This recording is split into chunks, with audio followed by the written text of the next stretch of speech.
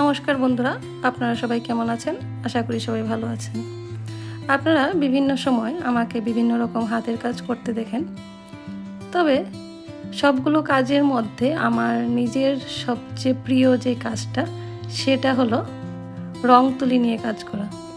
যদিও আঁকাআঁকির বিষয়ে কোনো প্রথাগত শিক্ষা আমার নেই, তারপরও যখনই রং তুলি দেখি তখনই আমি পাগল হয়ে যাই। খালি ছবি আঁকার জন্য আমার মনটা আনচান করে।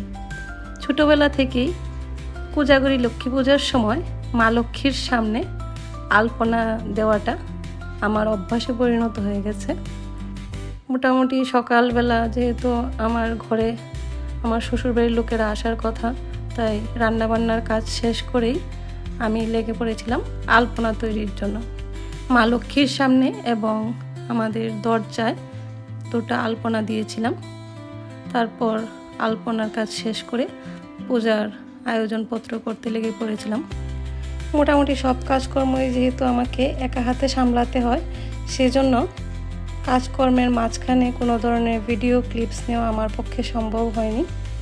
তো আমি পূজার আয়োজনপত্র মোটামুটি শেষ করে শাড়ি পরে রেডি হয়ে গিয়েছিলাম, আর তার সঙ্গে সঙ্গেই পুরোহিত মশাই চলে এলেন এবং পূজার কাজকর্ম শুরু হয়ে গেল।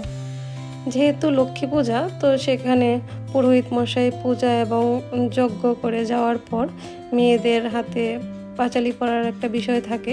তো আমি পূজার কাজ শেষ হওয়ার পর পাঁচালি পরতে বসেছিলাম এবং মা লক্ষ্মীর পাঁচালি পরে কমপ্লিট করে তারপর সামান্য একটু আমার দ্বারা যতটুকু সম্ভব হয়েছে সেইভাবে মা লক্ষ্মীকে একটু আরতি নিবেদন করেছি।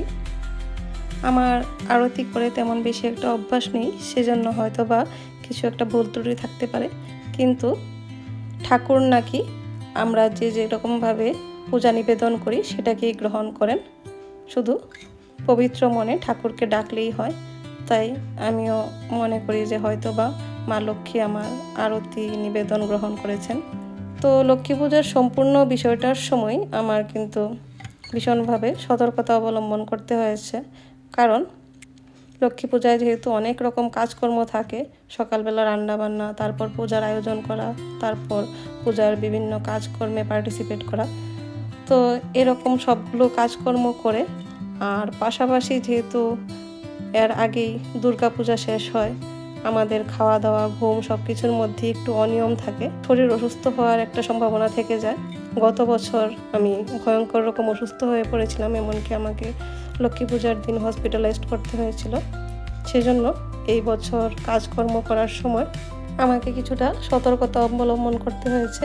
যদিও এই বছর মা লক্ষ্মীর আশীর্বাদে লক্ষ্মী পূজার দিন আমার কোনো রকম শারীরিক অসুবিধা হয়নি এবং আমি খুব সুন্দরভাবেই পূজার কাজকর্ম শেষ করতে পেরেছিলাম। মা লক্ষ্মীকে অনেক অনেক ধন্যবাদ। পাশাপাশি আমার সম্পূর্ণ ভিডিওতে আমার সাথে থাকার জন্য আপনাদেরকে অনেক অনেক ধন্যবাদ।